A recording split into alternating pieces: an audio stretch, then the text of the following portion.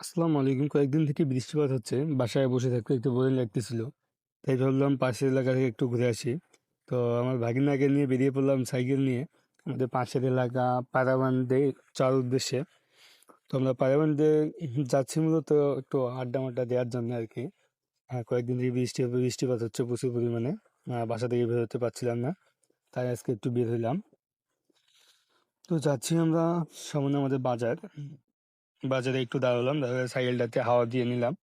এরপর আবার রওনা হলাম আমাদের পাশের গ্রাম হচ্ছে কইয়াফাড়ার ভিতর দিয়ে। এদিক দিয়ে আমরা উঠবো মূলত, কইয়াফাড়ার ভিতর দিয়ে উঠবো মূলত গিয়ে হচ্ছে আমাদের হচ্ছে রংপুর, ঢাকা রংপুর হাইওয়েতে। তো আমরা আপাতত যাচ্ছি ভাগিনাকে নিয়ে। এই রাস্তাটা অবশ্য অনেক সুন্দর, এখানে ছবি টবি তোলার জন্য আসি আমরা। তাই এখানে আমরা ছবি তুলে এসে ডিএসএলআর দিয়ে ছবি তুলে আর কি। এখানে ছবিটা অনেক সুন্দর আসে, ব্যাকগ্রাউন্ডটা অনেক সুন্দর। তো ধীরে ধীরে আগাচ্ছি আমরা। এগোতে এগোতে দেখলাম এখানে একটা স্কুল হচ্ছে, স্কুলের জন্য জমি ক্রয় করছে, সেইখানে একটু দেখলাম। এটা হচ্ছে আমাদের হচ্ছে ঢাকা রংপুর হাইওয়ে। নতুন কাজ চলমান, কাজ এখনো পুরোপুরি শেষ হয়নি। আমরা বর্তমানে যেখানে অবস্থান করতেছি এটা হচ্ছে রংপুর টিটিসির সামনে, আর দমদমা ব্রিজ সংলগ্ন। তো এই সামনে দমদমা ব্রিজ দেখা যাচ্ছে, এখানে আমরা একটু দাঁড়াবো। দাঁড়াবো একটু ছবি টবি তুলবো আর কি। এখানে ইয়াটা অনেক সুন্দর, ব্যাকগ্রাউন্ডে ছবি তুলে অনেক সুন্দর আসে। একটু দাঁড়াইলাম ভাগিনা সহ ছবি তোলার জন্য। এই যে নিচে হচ্ছে আমাদের রংপুরের একটু ঐতিহ্যবাহী নদী, সেটা হচ্ছে ঘাঘট নদী। নিচে প্রবাহিত হচ্ছে ঘাঘট নদী।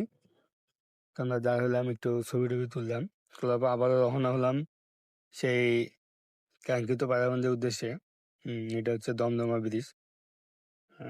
এটা হচ্ছে দ- রংপুর টিডিসির সামনে আর কি।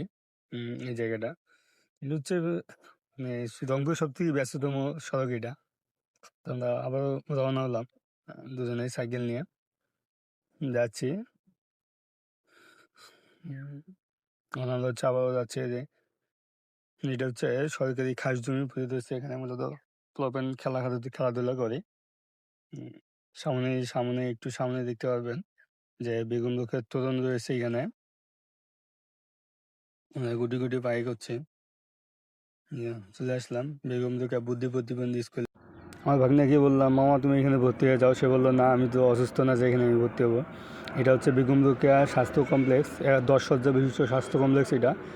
কিন্তু দুর্ভাগ্যবশত এখানে কোনো লোকজন আসে না। এটা হচ্ছে বেগম রোকেয়ার বাজার যাইতে গেট। তার ভিতরে কলেজও রয়েছে। তো আমরা এখানে আসলাম, এটা হচ্ছে পায়রাবান বাজার। আমরা এখানে আসলাম একটু আড্ডা মাড্ডা দিয়ে আবার বাসায় চলে গেছি।